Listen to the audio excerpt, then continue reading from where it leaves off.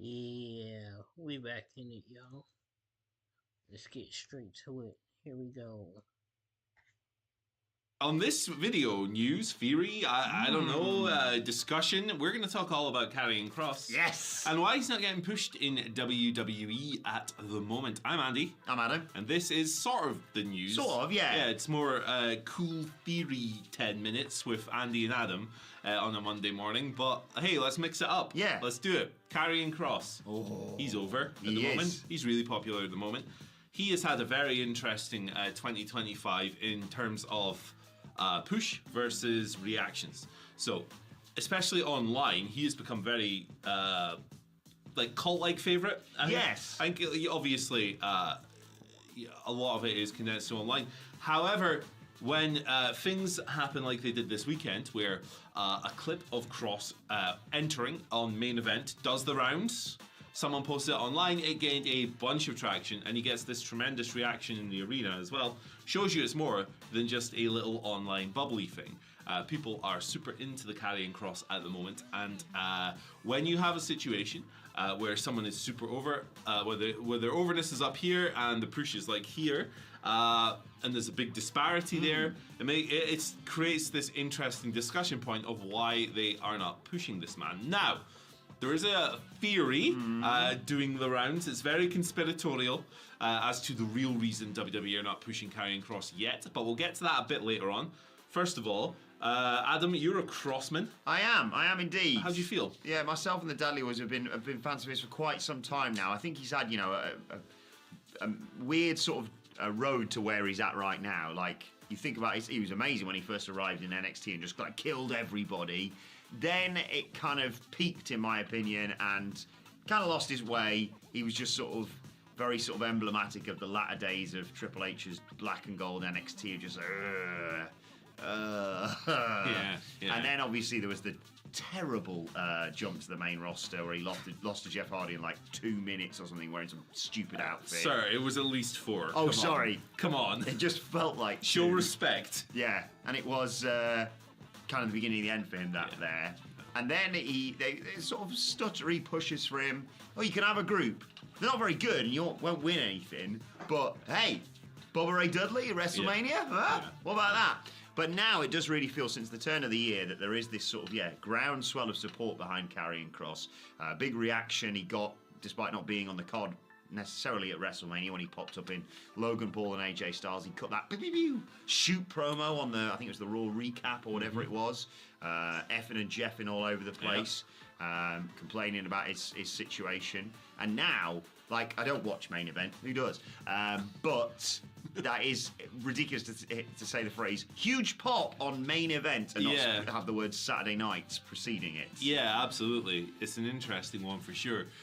He's been through many different phases, as you summarised, and I think, obviously, the lowest of the low for him was that main roster debut a few years ago, to where they removed everything. They removed the entrance, they removed Scarlett, they gave him a silly mask, they gave him this, it was like Demolition, but even more like a gimp attire that they gave him, and it really did him no favours, and he didn't get over.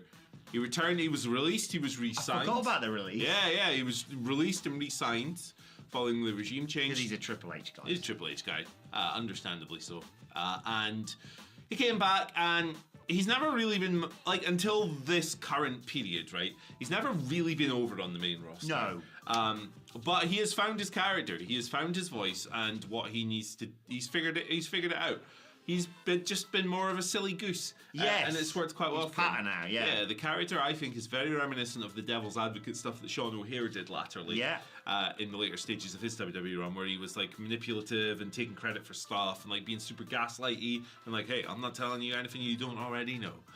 He was I don't know, he was one of these crazy preacher guys that raise that believe in aliens that come from the planet Zorg or whatever. I don't know. He does, whenever there's something big that happens, like a Seth Rollins heel turn at WrestleMania, he's very much my work here is done. You didn't do anything. Yeah. Didn't I? Yeah. He's always in the background, chatting to people on Raw. He's I think he was showing his t-shirt or something to the New Day. He's trying to infiltrate the Judgment Day.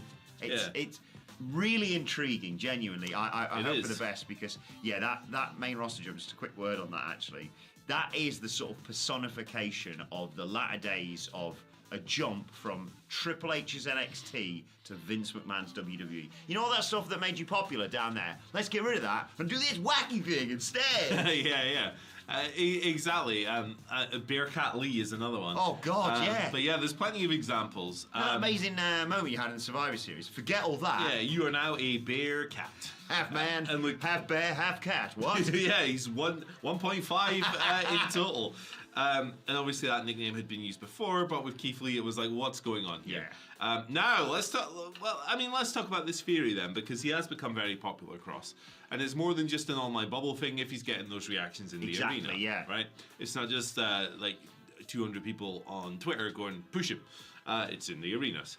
The theory that has been doing the rounds, and it's very conspiratorial, is that this whole thing is a WWE plant. Okay. Right? They are deliberately holding off on pushing him to build support in order to, when they eventually pull the trigger on that push, he'll get the big pop, and then the company will be seen as doing the right thing because they'll be doing the fans justice. Okay. So like this theory is, I mean, you know, sometimes it's a little crazy, sometimes it adds up. Like, and the idea is that these stories, and actually, if you're a part of this theory, you would probably look at this video and go, ha, you are part of the psyop.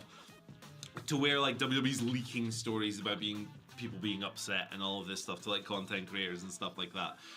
So full disclosure, WWE has not leaked a single thing to us regarding that. We're just making the video because it was a big talking point. I'll never reveal my sources. Yeah, exactly. It's very, very secret.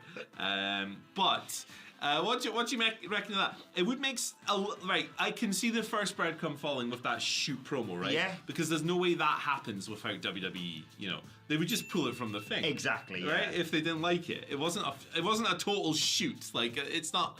You know, Samoa Joe and CM Punk in a little studio on a camcorder. No, it's more Miz on Talking Smack, isn't it? Yeah, exactly. What do you reckon of that theory? Do you think WWE's doing this on purpose? Do you know what? I can get on board with this theory. Genuinely, I can see where you're coming from because it did feel weird, the whole Karrion Kross thing. This is reflective, so it's quite close to a foil hat, I guess. So, I'll push my ears out a bit more. Yeah. There we go. Yeah. So, it's like mine now. yeah, so I can get on board with it because, like you say, it feels surreal that it would have felt normal in the olden days where it was like Zack Ryder, for example, got himself popular and WWE were like, we didn't do that.